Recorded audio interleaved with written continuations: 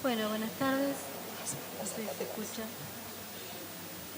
Yo soy médica clínica y esta charla es depresión del sensorio relacionada con el abuso de sustancias. Yo voy a hablar exclusivamente de los aspectos clínicos que tiene la depresión del sensorio. ¿No se escucha?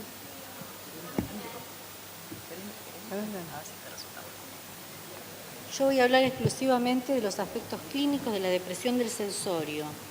No solamente porque les puede llegar a cualquier médico de una guardia, de un hospital general, donde a veces no están todos los recursos disponibles y tenemos que echar mano de los aspectos clínicos para poder determinar cuál es la causa de una depresión del sensorio, sino porque muchas veces un paciente, a veces con consumo, llega al agudo Ávila, está con el sensorio deprimido y los psiquiatras nos los mandan a los clínicos para que primero descartemos las causas clínicas y recién después el psiquiatra y el servicio de salud mental lo va a poder evaluar. O sea que la evaluación clínica de una depresión del sensorio es importante aún en estos casos. Lo vamos a incluir en la depresión del sensorio como coma en general, ya que el coma incluye un par de situaciones de depresión del sensorio. En algunos casos tenemos nada más que la tendencia al sueño, donde las respuestas a los estímulos, a las órdenes verbales simples y complejas y a los estímulos dolorosos están conservados. Segundo, tenemos la obnubilación, donde la depresión de la conciencia es más marcada y tenemos una respuesta patológica a las órdenes complejas. Y tenemos el coma profundo, donde hay ausencia de respuesta a cualquier estímulo. El estupor solamente tiene respuesta al estímulo doloroso. Definiendo el coma como una situación clínica de gravedad, de depresión de la conciencia sostenida y de una gravedad tal que amerita una rápida, investigación de su causa y tratamiento, por las posibilidades de dejar secuelas irreversibles o incluso producir la muerte a corto plazo si no se pueden revertir las causas que lo producen. Bueno, entonces dentro del coma tenemos estas otras 4 situaciones que les comenté anteriormente y para poder evaluar un paciente echando mano de la clínica, después tenemos los exámenes complementarios, ¿no? Los dividimos para tenerlos sistematizados y poder pensarlos. Los dividimos en los cuadros metabólicos y los cuadros estructurales que provocan depresión del sensorio.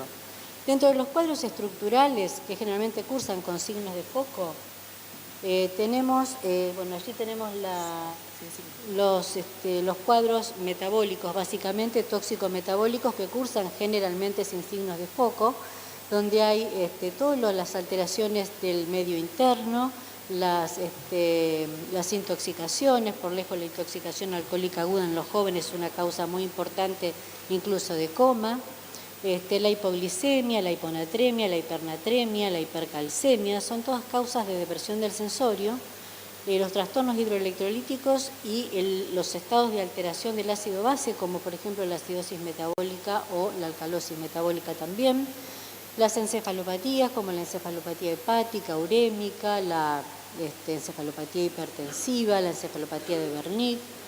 Y también tenemos que tener en cuenta, la hipoglicemia es una causa muy frecuente de pérdida de la conciencia, que llega a las guardias generales y que se resuelve rápidamente.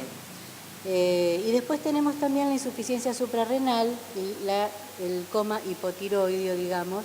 La insuficiencia suprarrenal no es tan infrecuente porque a veces se da en pacientes que están acostumbrados a tomar analgésicos asociados a corticoides en forma crónica por alguna dolencia, que después, suspenden bruscamente esta ingesta de analgésicos y allí, al suprimir los corticoides, tenemos una cierta inhibición del eje y una insuficiencia suprarrenal que a veces no llega al coma, pero sí a una depresión del sensorio importante. Así que tenemos que en la anamnesis del paciente poder determinar qué estaba tomando además. Después tenemos las causas que cursan con foco. Estas causas generalmente no tienen foco neurológico, salvo la hipoglicemia y a veces la hipo y la hipernatremia que tienen foco neurológico. La mayoría no tienen foco. Las causas con foco neurológico son las estructurales, los comas estructurales, donde hay una alteración en el sistema nervioso central. Allí tenemos todos los accidentes cerebrovasculares, isquémicos, hemorrágicos, traumatismos de cráneo, hemorragias subaracnoideas, meningoencefalitis, absceso cerebral, etc. Tenemos algunas diferencias que podemos establecer entre un coma estructural y un coma metabólico para poder orientarnos más rápidamente hacia uno que a otro. El coma de tipo estructural generalmente tiene un inicio brusco, es profundo, tiene algunos signos neurológicos que están bien marcados y que están alterados, como por ejemplo el fondo de ojo, tiene foco, tiene asimetrías motoras, tiene reflejos oculovestibulares patológicos, oculocefálicos patológicos. En cambio, y las pupilas pueden ser de diferente manera. En cambio, los comas metabólicos suelen ser más superficiales, suelen ser fluctuantes, tienen un sensorio alternante y todos los demás reflejos se encuentran normales. Antes de empezar con la valoración de laboratorio, lo que tenemos que pedir como exámenes complementarios para valorar un paciente en estas condiciones, primero tenemos que descartar las causas más comunes de un paciente que puede llegar aparentando un coma, como por ejemplo las crisis histéricas conversivas, que todos los médicos que hemos estado muchos años en las guardias generales de los hospitales sabemos que nos producen una gran confusión. Incluso algunas pacientes con foco neurológico y han sido crisis conversiva. Después tenemos el síncope y tenemos el coma posictal, o sea, el paciente que hizo una convulsión y cuando lo encuentra la familia o el servicio de emergencias está en coma. Son, digamos, situaciones de pérdida de la conciencia, pero transitorias, o sea que se van a recuperar rápidamente, de manera que no van a estar incluidas, digamos, dentro de todo este listado. Cuando vemos un paciente así, ¿cómo lo valoramos? O sea, lo valoramos primero con un examen físico general, buscando estigmas orientadores para ver si tiene una patología sistémica que lo pueda estar causando. Y después hacemos un examen neurológico, ¿no es cierto? Un examen neurológico que va a tener en cuenta y esto es más que nada para los comas estructurales, donde buscamos en qué lugar de la lesión, en qué lugar del sistema nervioso está la lesión. Entonces tenemos la evaluación de la conciencia con la escala de Glasgow, tenemos los patrones respiratorios que son típicos de algunas situaciones neurológicas, tenemos las respuestas motoras donde vamos a tener signo de foco, no tenemos signo de foco, y la respuesta pupilar. Con esto vamos a valorar entonces el estado general del paciente y vamos a hacer una evaluación neurológica. ¿Qué le vamos a pedir de laboratorio? Bueno, todo lo que ya nombramos en las causas. Una valoración de rutina que incluya todos los electrolitos, el estado ácido-base y que incluya también un dosaje de cortisol plasmático y de T4, porque como dijimos antes puede haber una insuficiencia suprarrenal. Una vez que nosotros hacemos esto, bueno, nos quedan otros exámenes complementarios y con esto no pudimos dilucidar de qué se trata, le vamos a hacer una tomografía. Ya sabemos a esta altura que un paciente en coma o con este grado de compromiso del sensorio tiene que estar tratado en una unidad de cuidados críticos, o sea que si estamos en un hospital de baja complejidad, lo vamos a tener que derivar a un hospital de complejidad 3 para tener los elementos necesarios para poder evaluarlo. Vamos a terminar con una tomografía de cráneo, si hasta a esa altura no lo pudimos resolver, o con una resonancia magnética. Teniendo en cuenta que hay dos situaciones metabólicas muy comunes, que son la hipoglicemia, donde el paciente pierde la conciencia, pero además puede tener foco motor, además puede tener convulsiones y puede tener también un cuadro de excitación psicomotriz como forma de manifestación. Y los comas alcohólicos en el caso de las intoxicaciones, que es bastante frecuente en los jóvenes, ¿no es cierto? En la nocturnidad aparecen a la madrugada los pacientes con estos cuadros donde la intoxicación alcohólica aguda, que no solamente produce coma por sí misma, sino que además produce hipoglicemia y acidosis metabólica. Y a veces se asocian estas situaciones a arritmias callejeras, por ejemplo, donde el traumatismo de cráneo también está formando parte de todo este combo en el que aparece el joven que viene de alguna fiesta nocturna. Por lo tanto, nosotros tenemos que asumir este paciente como que tiene una lesión y después iremos descartando qué es lo que tiene de todo eso o si tiene un poco de todo y es una sumatoria de causas lo que está provocando la depresión del sensorio. Una vez que hacemos todos estos exámenes complementarios, si no tenemos ninguna sospecha con todo esto de qué es lo que tiene el paciente, tenemos algunas medidas generales y algunas medidas farmacológicas que podemos utilizar como para revertir el cuadro de coma. Bueno, las medidas generales son las medidas de sostén que todos conocen, ¿no es cierto? Una vía periférica con solución fisiológica, una vía aérea permeable, saber que un Glasgow menor de 8 amerita una vía aérea definitiva con una intubación, la cabecera de la cama a 30 grados, el control de los signos vitales cada 2 horas, todas estas medidas generales, la oximetría de pulso. Pero después tenemos algunas drogas que podemos utilizar. Por ejemplo, si sospecháramos, primero le vamos a hacer tiamina endovenosa y glucosado hipertónico endovenoso, porque esto revierte un alto porcentaje de pacientes que llegan con pérdida de conocimiento y la causa es la hipoglicemia. Y después tenemos el flumacenilo, cuando nosotros pensamos que se puede tratar de una intoxicación con benzodiazepinas, muchas veces vienen cuadros que no están explicitados como intentos de suicidio, pero sabemos que han tomado, son pacientes que ya vienen medicados con estas drogas y sabemos que el familiar nos cuenta, bueno, encontramos el blister vacío, no sabemos si quería dormir o fue un intento de suicidio, como ya dijeron nuestros compañeros. Bueno, si no tenemos otra sospecha, podemos utilizarlo cuando pensamos en intoxicación con benzodiazepinas.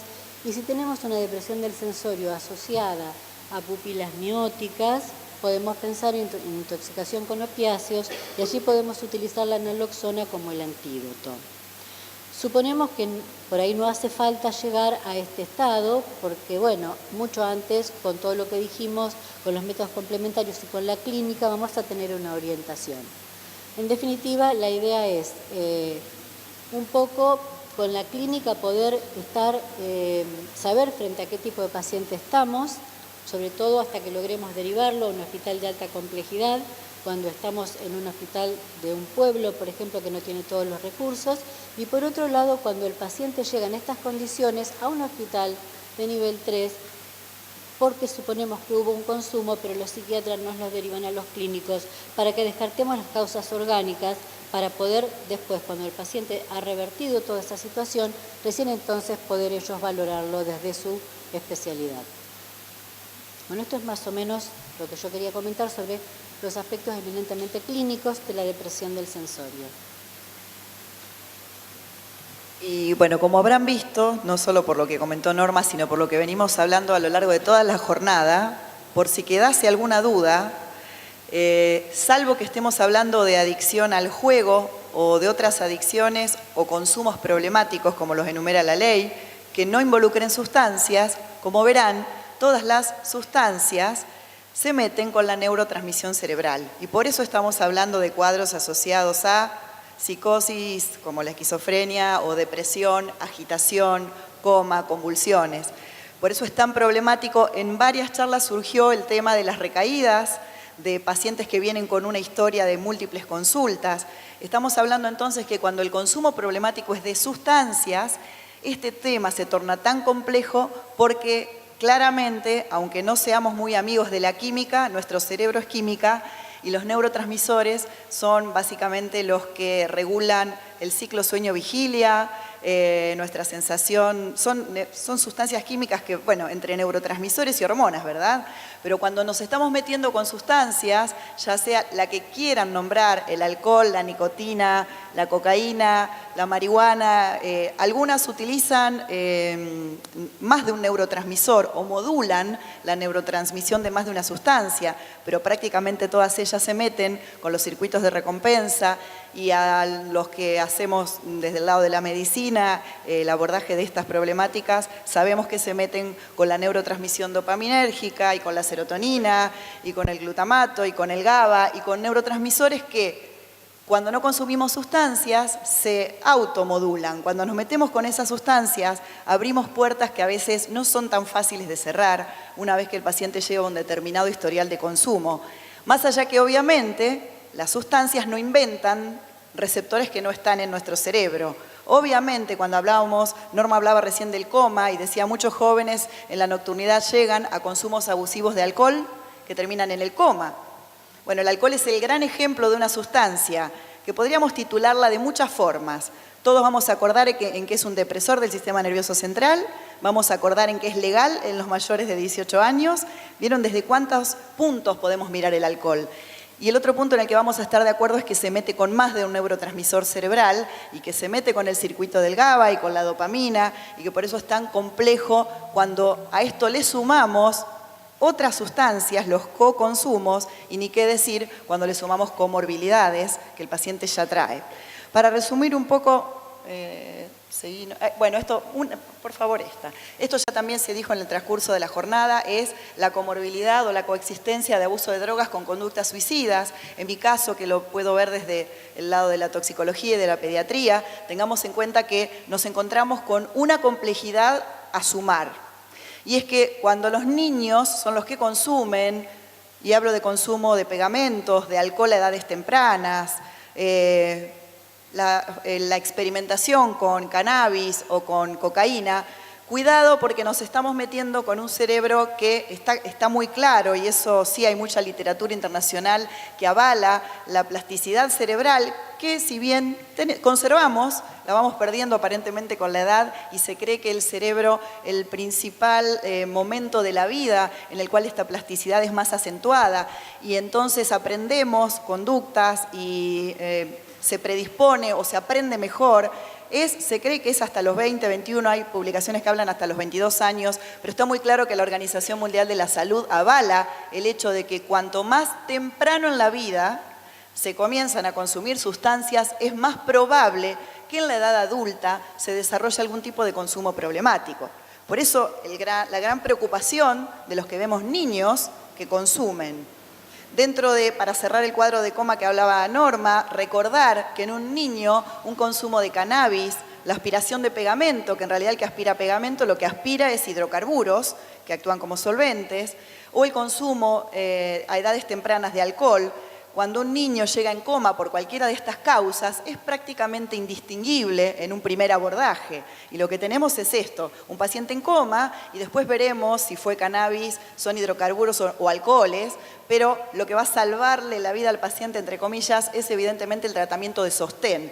El ABC, que es lo que llevamos adelante con cualquier paciente, la vía aérea despejada, que el paciente esté respirando, que esté hemodinámicamente compensado. Y luego nos pondremos a pensar, Norma mencionó algunos antídotos específicos como el flumacenilo para las benzodiazepinas o la naloxona para los opioides. Esto también está bueno charlarlo acá en este ámbito para desmitificar un poco lo que se ve desde el punto de vista, cuando nos llaman a los toxicólogos como interconsultores, muchos, a veces son los propios colegas o a veces, como la consulta proviene del hogar, que llaman a un teléfono porque el teléfono de consulta de toxicología está disponible en marbetes de medicamentos o de agroquímicos. A veces la pregunta es ¿con qué se trata tal o cual cosa? Y ustedes saben muy bien, los que hacemos salud, que el tratamiento de mucha de esta patología es el tratamiento de sostén. Ojalá tuviésemos un antídoto para cada situación en la que se ve involucrado un tóxico, ni qué decir en el que viene en busca de la pastillita mágica para que ese chico o adolescente deje de consumir. Sigamos, por favor. Hablando de algunas, para redondear algunas ideas, si bien la idea principal de esta partecita de la charla era hablar de convulsiones asociadas a consumo de tóxicos, recordar que si bien con los mal llamados energizantes, en realidad son estimulantes porque contienen cafeína en altas dosis, con estos estimulantes presentes tanto en la gaseosa que tomamos con el almuerzo, como en el café, en el té, en el chocolate, no hemos llegado a ver convulsiones, sí lo que se reportó, y fíjense de la fecha de la cual data el artículo periodístico citado, cuando en el 2005 comenzó a hacerse un uso particular de los chicos en el ambiente de la nocturnidad que mezclaban energizantes con alcohol, algo que ya también hoy decía la doctora Rasmil, Dani decía, es verdad, no por allí el acento ponerlo. No es nocivo para la salud el consumo ocasional de un energizante o estimulante. Es el modo en el que se empezó a consumir lo que empezó a preocupar. Es que los chicos mezclaban bebidas con alto contenido alcohólico, no hablamos de cerveza, no se mezclaban los energizantes con cerveza.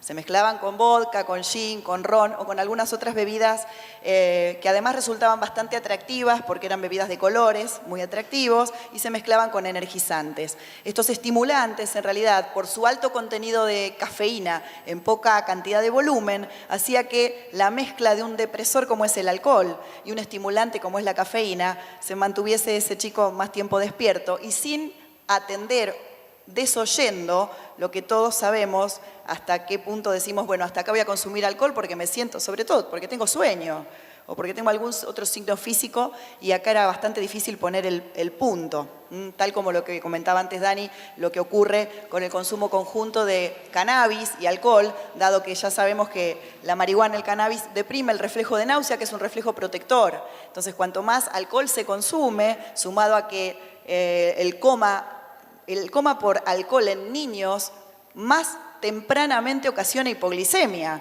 En los niños el alcohol más tempranamente ocasiona hipoglicemia. O sea que vamos sumando aspectos que hacen a la depresión del sensorio. La próxima, por favor. Sigamos esto, lo van a tener como charlábamos recién, todos los power a disposición, ni bien, lo más pronto posible, pero para que toda esta información que es fácilmente ubicable esté a la mano. Sí, sigamos.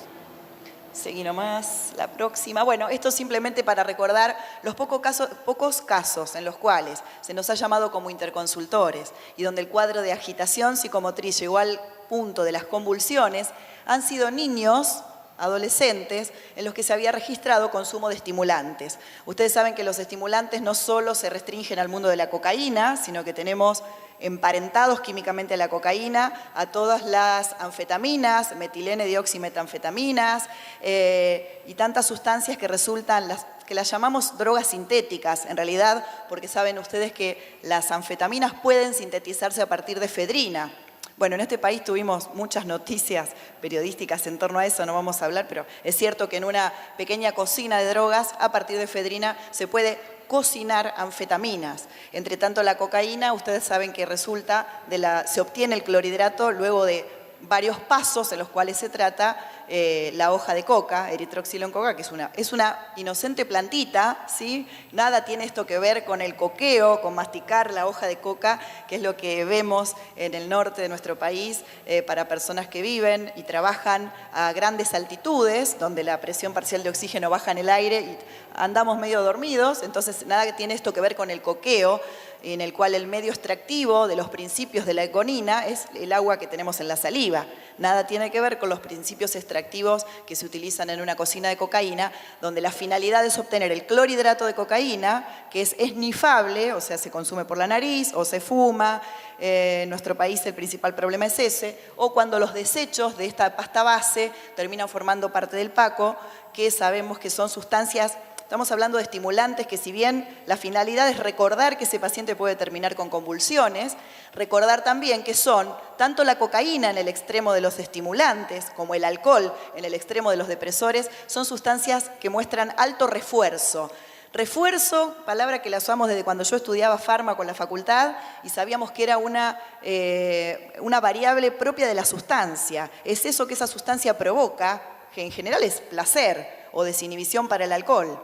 Y ese placer o esa desinhibición ocurre tan rápidamente después del consumo que la sustancia de por sí es reforzante. Y reforzante quiere decir que el que la usó prontamente va a tener deseos de decir, ¿y por qué no otra vez? ¿Sí? Más allá de todos los aspectos acerca de los cuales podríamos hablar respecto del huésped y respecto del ambiente, ¿sí? Que eso está claro que tiene mucho que ver, claro que tiene mucho que ver, y a veces el ambiente es, fíjense si el ambiente tiene o no que ver, que es el que pone en las manos de los niños las sustancias muchas veces. Y ahí estaríamos con otra palabra que no solo se aplica al tema de los consumos problemáticos, y es la accesibilidad. Preguntarnos por qué una bolsita de pegamento de bicicleta o una petaquita de vodka llega a las manos de un chico de 8 años, ¿no? La próxima. Bueno, esto de la sobredosis está puesto entre comillas porque yo recuerdo cuando empecé a hacer toxicología, uno de mis maestros, que bueno, falleció, el doctor Osvaldo Curchi, solía enojarse en el Hospital Posadas cuando hablábamos de sobredosis. Él decía que dosis y sobredosis había para los medicamentos estudiados en un contexto terapéutico. Decía, ¿cómo sobredosis de cocaína? ¿Y cuál sería la dosis? Bueno, dicho como un recuerdo a Osvaldo Curchi, esto del encomillado de la sobredosis, recordar que al desconocer la calidad de la cocaína que se consume, cada consumo en sí entrama un riesgo para el paciente que lo consume, desconociendo no solo su concentración, sino con qué puede estar cortada. Todos habrán escuchado que en algún momento la cocaína estuvo cortada con comprimidos de Novalgina, pero también hemos llegado a encontrar, lo cual es difícil encontrar muestras para llevar a un laboratorio, pero hemos trabajado mucho con el laboratorio del Hospital Centenario, con el doctor Girolami, encontrando restos de tubos fluorescentes, cortando parte de la cocaína que esnifaban los chicos. Sí. Recordar que muerte súbita de causa cardíaca en una persona joven, hoy tenemos que decir que es cocaína hasta que se demuestre lo contrario. Cuando nos llaman por un caso de estos, en general se termina corroborando. Y acá, para hacer un pequeño paréntesis, yo traía para mostrarles qué tenemos a la mano en la guardia y que también puede estar a la mano en el centro de atención primaria. Nosotros logramos, no todavía en la guardia del Hospital de Niños Zona Norte, en el Vilela tenemos este kit de determinación rápida. ¿Me lo abrís, Normita, por favor? Vamos a usar un kit para que lo vean simplemente, porque recuerden que nuestra acción como agentes sanitarios incluye necesariamente una parte legal. Cuando nosotros creemos que un niño, sobre todo, un adulto por supuesto, corre riesgo de vida, de lesionarse, de morir, de lesionar a alguien más, a veces la ley es la que nos pide, ¿y cómo? ¿Usted en ese momento no guardó una muestra? A veces es la ley la que luego, pasado mucho tiempo, de ahí la importancia de escribir las historias clínicas y de dejar todo lo que se pueda documentado. Allí está el tema de cuando en toxicología decimos guarde una muestra. Está bueno recordar que las sustancias de abuso, prácticamente todas ellas, sus metabolitos son excretados por vía urinaria. Por eso basta con guardar una muestra ocasional de orina. No tiene que ser ni orina de 24 horas, ni orina después de que haya pasado X cantidad de tiempo. El paciente ingresa a la guardia y en un colector que no necesariamente tiene que ser pero en todas las guardias hay colector biológico para el que usamos para el urocultivo. Guardar una muestra no se congela, se refrigera, se guarda en la heladera. Entonces muchas veces nosotros salimos de una primera duda diagnóstica o nos apoya, siempre teniendo en cuenta lo que dijo Norma, la clínica soberana. Perfecto. La clínica apoyada en algunos exámenes complementarios, vos hablabas de coma relacionado con hipoglicemias y tenemos tiritas reactivas para determinar glicemia, que es una determinación en la cual ni siquiera tenemos que llamar al bioquímico. Lo hace el médico con el enfermero al lado y una gotita de sangre del paciente en una tirita de papel. Entonces esto que decimos, que nosotros conseguimos que nos compren en las farmacias de los hospitales de niños públicos, municipales de la ciudad de Rosario, nos permite una determinación que es cualitativa, es por sí o por no. Lo que hacemos es juntar orina en este frasquito que, como ustedes verán, esta primera tapa que trae es una tapita que en realidad tiene una ranura central. En esta ranura central lo que hacemos es abrir, me abrís el tabletón, abrimos, por ahí por el costadito. Vieron que donde dice abre aquí nunca abre, pero ahí está abre.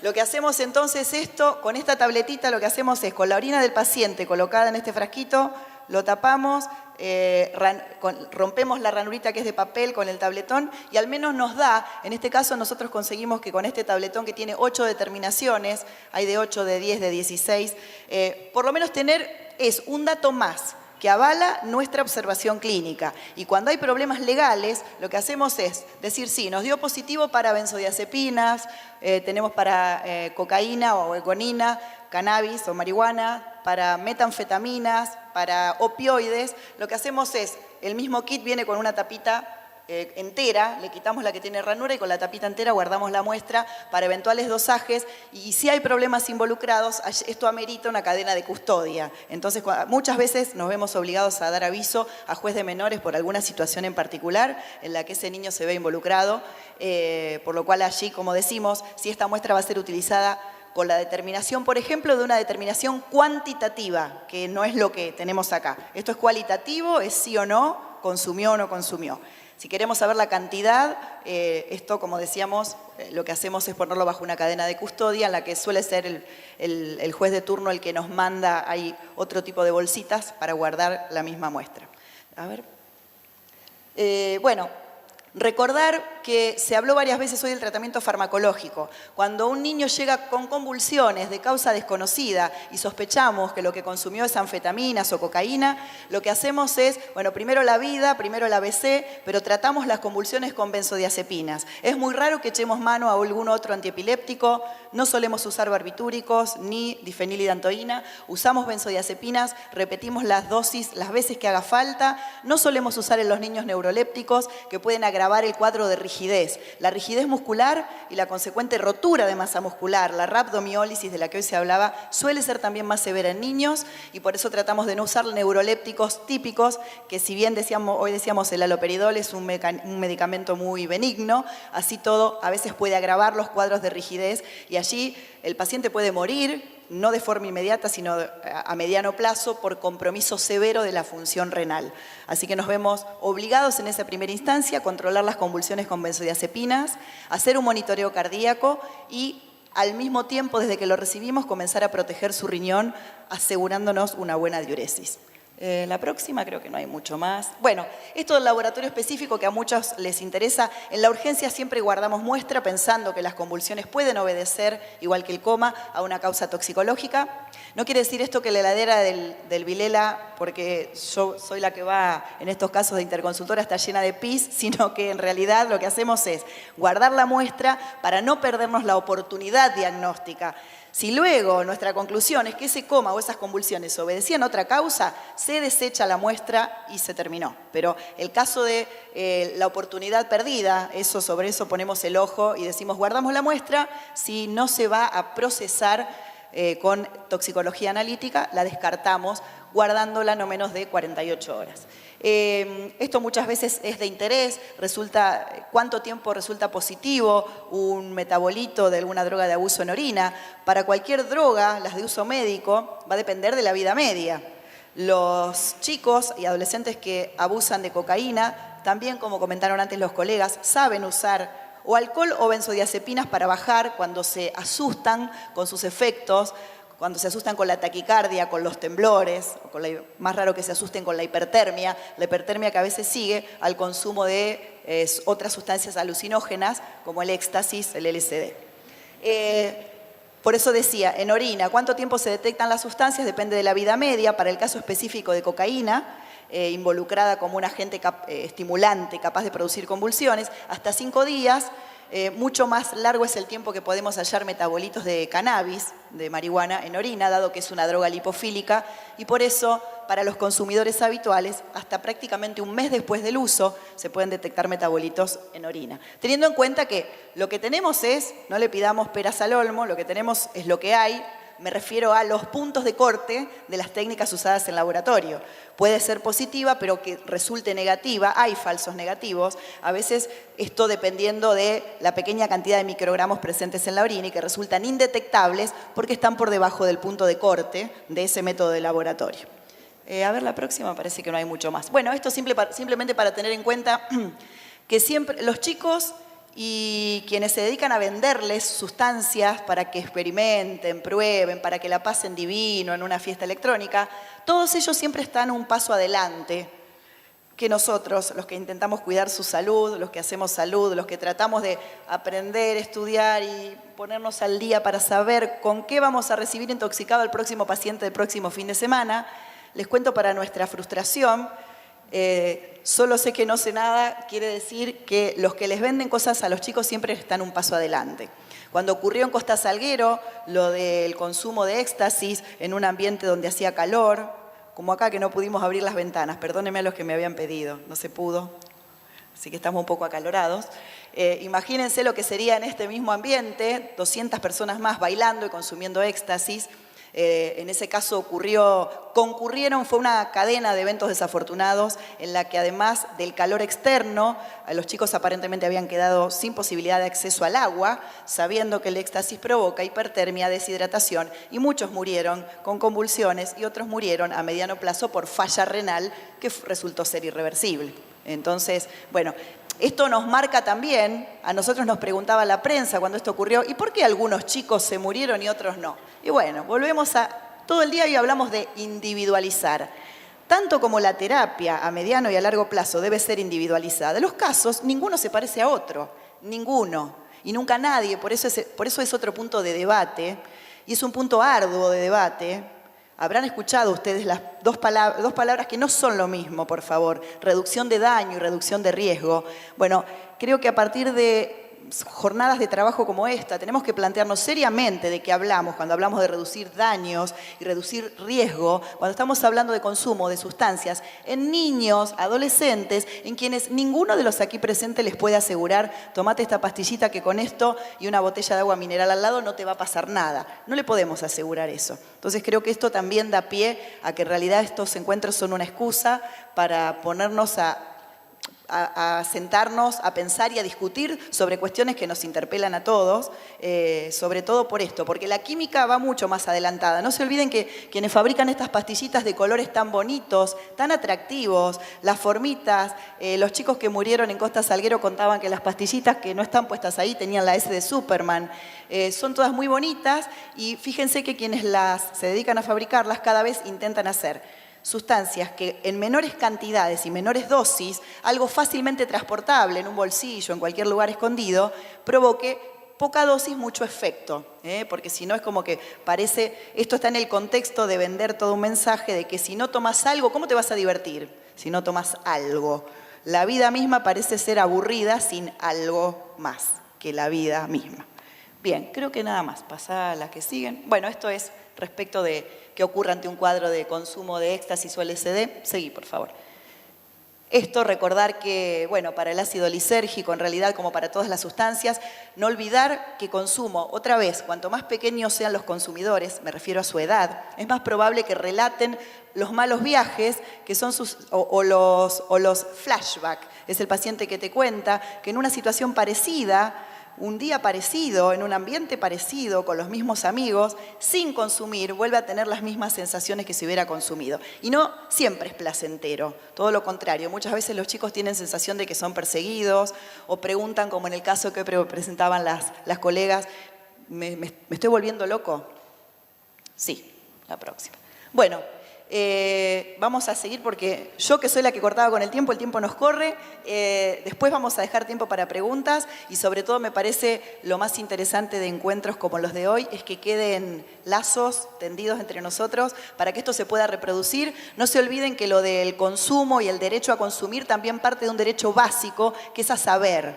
El que le vende las cosas a nuestros chicos solamente les cuenta la parte bonita del cuento, ¿no? El resto la vemos nosotros.